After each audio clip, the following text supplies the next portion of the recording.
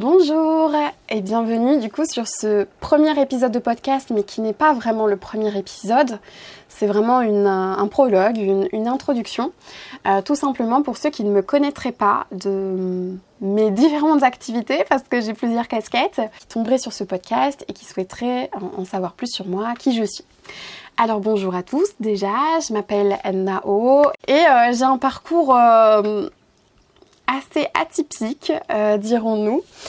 Je suis infirmière de formation, j'ai travaillé 4 ans comme infirmière aux urgences, enfin 3 ans aux urgences, et j'ai fait 1 année en extra-hospitalier pour tester en maison de retraite en l'occurrence, avant de prendre la ferme définitive décision que infirmière n'était plus quelque chose pour moi, parce que c'était beaucoup de pression mentale. Je passais vraiment pas des bonnes journées. je sentais la responsabilité du monde sur mes épaules et je n'étais plus non plus en accord avec la façon du prendre en soin. Parce que pour moi, le prendre soin n'est pas, ou ne devrait pas en tout cas, se faire comme la médecine conventionnelle a tendance à le faire. Et ça, c'est parce que moi-même, en tant qu'atteinte d'une maladie auto-immune et chronique, j'ai été confrontée à ça dans mon parcours de soins. On est segmenté par organes et il n'y a pas un tout qui est fait. Du coup, j'étais pas très alignée avec ce qu'on attendait de nous, avec cette course contre le temps, ce manque de moyens, bref. Pas des bonnes conditions de travail et pas comme ça que j'ai envie de prendre soin des gens. Avant mon école d'infirmière, j'ai fait un bac scientifique. Enfin voilà, je sors d'une filière assez classique. Je pense qu'on peut dire que j'ai fait un burn-out, même si j'ai jamais été dans la dépression absolue, vraiment au fond de mon lit, mais je pense que c'était quand même un burn-out à ma façon et à ma façon de gérer les choses aussi. Ce qui fait que quand je travaillais et que je n'étais plus étudiante, en fait, je me suis très très investie dans les jeux vidéo, qui sont une de mes passions. En fait, je pense que c'était ma façon de fuir un petit peu une forme de réalité pour un monde où il n'y a pas tous ces problèmes, où il n'y a pas ces problèmes pour les gens, où il n'y a pas de mort, ou en tout cas quand il y en a, tu revis, où j'ai pas de problème de santé. Enfin, tu vois, je pense que c'était ma façon de me préserver à ma manière et de me changer les idées, et il n'y a aucun mal avec ça. Je suis jamais tombée dans une forme d'addiction ou quoi au jeu, même si je joue encore aujourd'hui, mais c'est une passion comme une autre, et c'est une passion dans laquelle je me suis investie encore plus parce que ça me faisait fondamentalement du bien à mon mental aussi. C'est ce qui m'a permis de tenir à flot. Et j'étais très créative dans ce domaine. J'ai débuté une chaîne YouTube à cette occasion où j'ai commencé à parler, à même donner des conseils en fait pour être forte au jeu auquel je jouais, mon jeu de prédilection. Et de fil en aiguille, j'ai été repérée par une web TV. C'est vraiment un milieu de niche quand même quand j'y pense, parce que là où le blogging était encore très à la mode il y a quelques années, je pense qu'il n'y avait pas grand monde qui était dans le streaming de jeux vidéo, mais en fait le concept est que tu joues à un jeu en live et les gens peuvent échanger avec toi. Maintenant c'est beaucoup plus démocratisé, on a une plateforme aujourd'hui qui s'appelle Twitch, qui permet de faire cette activité, et des gens vivent de cela, s'ils ont une communauté suffisante. Donc il existe en France, quasi qu'en France d'ailleurs, des modèles qu'on appelait Web TV, c'est-à-dire un regroupement de plusieurs animateurs, streamers, pour animer des créneaux de live sur une chaîne, un peu comme une chaîne de télévision, mais sur internet. Et donc j'ai été recrutée dans cette structure, j'ai eu un CDI, j'ai déménagé sur Paris, voilà, et je vivais de ma passion, donc tout gagne.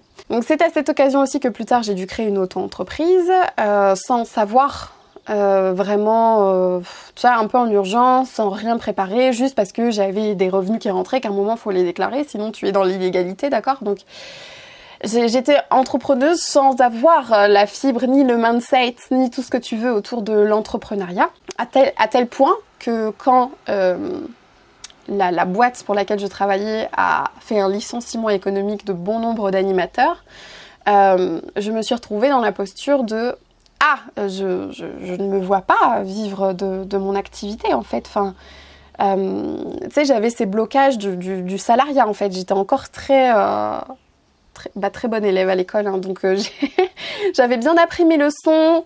Trouve le CDI, tu achètes l'appartement, tu te maries, tu fais des enfants, on est très dans les cases, quoi. On est très dans les cases. Et j'ai eu cette chance à ce moment-là que la boîte de jeux vidéo pour qui je faisais le plus de contenu évente de mon licenciement et viennent me chercher en mode mais attends, tu fais un super taf et tout, on veut travailler avec toi. Et c'est comme ça que je me suis retrouvée community manager. Là aussi, je n'ai eu aucune formation en community management, mais par mes activités sur les différents réseaux sociaux, je le suis de manière autodidacte en fait. Et c'est cette créativité et tout ça qui sont venus chercher. Et puis, de fil en aiguille, j'ai avancé dans le processus. J'ai eu le CDI, encore une fois, et je me suis rendu compte de la malédiction du CDI. Quand j'ai eu mon CDI d'infirmière, j'ai changé de métier. Quand j'ai eu mon CDI animatrice, ça n'a pas duré longtemps, pas de mon fait. Et quand là, j'ai eu mon CDI dans cette boîte de jeux vidéo, je vais vraiment devoir faire ça pour le restant de ma vie. C'est vraiment cette impression, cette angoisse quoi, qui s'est abattue sur moi en mode mais non, c'est pas du tout ce que je veux faire en fait. Et c'est comme ça que je me suis lancée à mon compte. Parce que j'avais déjà aussi cette communauté autour du jeu vidéo, cette chaîne YouTube et cette chaîne du coup sur Twitch où je suis streameuse, où au moment de partir vivre pleinement de mon activité, je me suis dit mais je ne veux pas être que ça. Je ne suis pas que ça. J'ai envie d'apporter autre chose. Et de par mon expérience personnelle, mon histoire, mon vécu, mes formations, et peut-être pour amener un petit peu de cette guérisseuse aussi qu'il y a en moi, quelque part, j'ai décidé d'allier du coup mon goût pour la création de contenu, pour un service qui serait utile pour les gens. C'est comme ça que j'ai créé Moon Essence.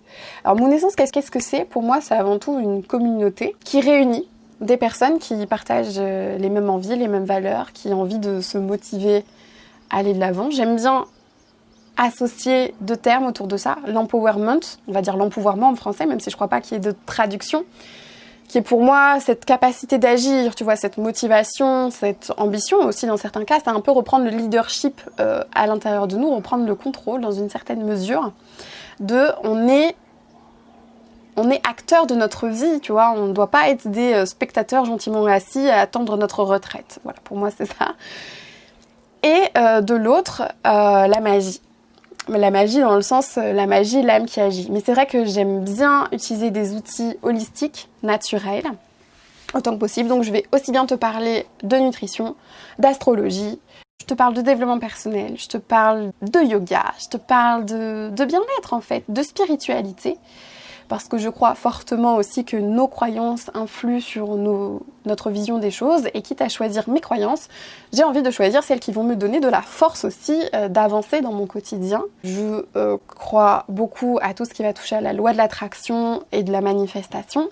C'est ça pour moi la magie. Et du coup, j'accompagne les hommes et les femmes qui veulent mettre un petit peu d'empowerment et de magie dans leur vie avec un Discord privé où vraiment une communauté bienveillante d'âmes très lumineuses qui sont là pour s'entraider.